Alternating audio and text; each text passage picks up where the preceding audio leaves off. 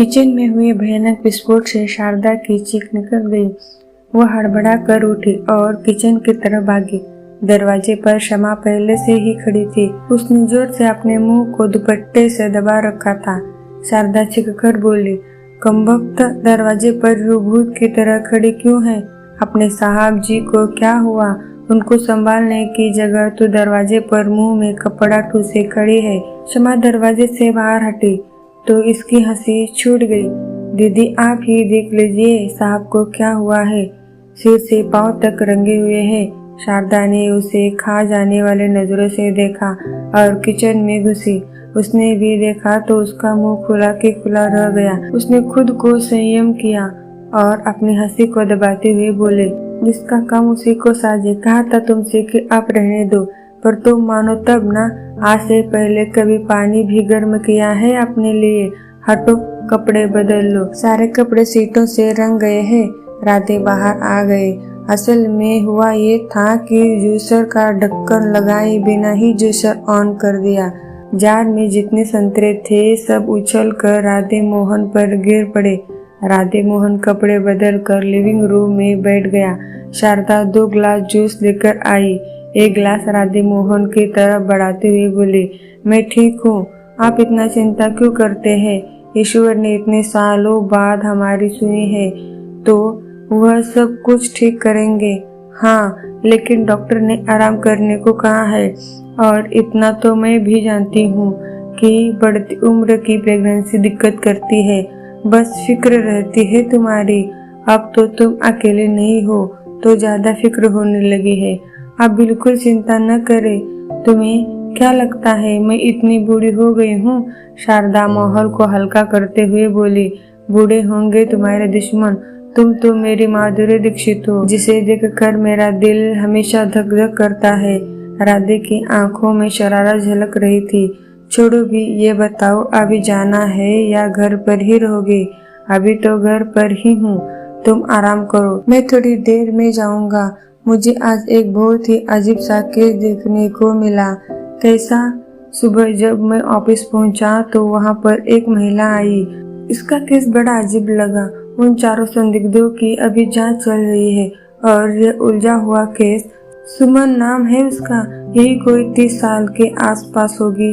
वह रोते हुए आई और अपने ससुराल वालों की शिकायत कर रही थी। कुछ देर बाद उसका परिवार, सास, ननद और पति आ गए। उन्होंने उसे पागल साबित कर रखा है।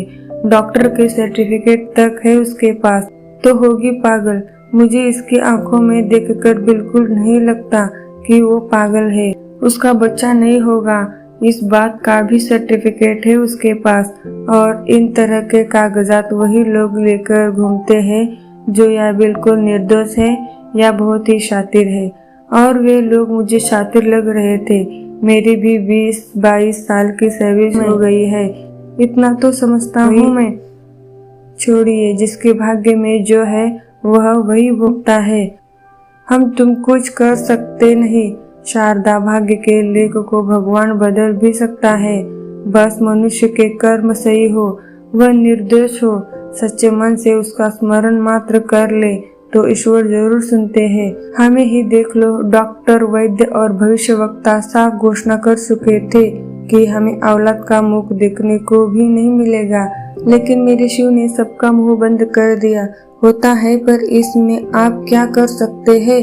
मैं उन डॉक्टर से मिलना चाहता हूँ जिन्होंने ये सर्टिफिकेट दिए हैं। जो भी करो सोच समझ कर करना। तुम जाओ, आराम कर लो। हम कल डॉक्टर के पास जाएंगे और तुम्हारी अच्छी सी जांच कराएंगे। शारदा अपने कमरे में चली गई। राधे मंदिर में चले गए। घर में सब कुछ शांत था। अगल बगल वाले भी छोटे छोटे परिवार और नौकरी पेशा वाले थे, तो बहुत कम शोर व हस्तक्षेप नहीं था। दिया तो हमेशा की तरह जल ही रहा था। राधे ने हाथ जोड़े, सर झुकाकर नमन किया। दिए में थोड़ा सा तेल और डाला। भोलेनाथ के सामने राधे हाथ जोड़कर बैठ गया, आंखें बंद कर ली। धीरे धीरे वो ध्यान लगाने की कोशिश करने लगा। वह मुंह से एक शब्द नहीं बोल रहा था, लेकिन मन उनका शिव के चरणों में था। वह मन ही मन शिव को धन्यवाद कर रहा था। उसकी आंखों में आंसू धारा बहने लगी थी। उसे आज वह मिला था जिसकी वह हमेशा के लिए उम्मीद छोड़ चुका था। उसे खुद नहीं मालूम वह कितनी देर तक मंदिर में ध्यान लगाए बैठा रहा। जब उठा तो काफी समय बीत गया था। उठते हुए उसने फिर से माथा टेका और बोला, हे शिव, जब तुमने मुझे औलाद का सुख दे ही दिया है तो मुझे तेरा ही रूप चाहिए, इतना उपकार और कर देना। राधे मंदिर से बाहर आया तो शाम की शुरुआत हो चुकी थी। शारदा उसके लिए चाय बना रही थी।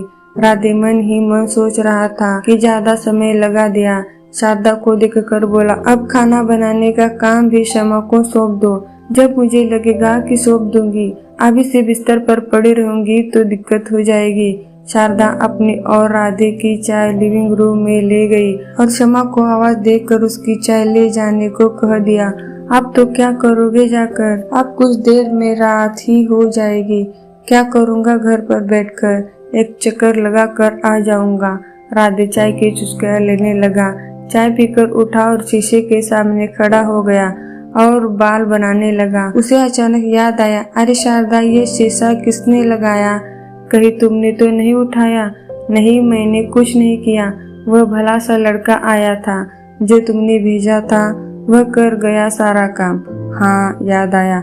अच्छा, मैं चलता हूँ, अभी कुछ देर में आता हूँ। अच्छा, तुम्हारे लिए कुछ लाना है? नहीं, बस आप टाइम से आ जाना। राधे ऑफिस के लिए अपने बुलेट पर निकल गया।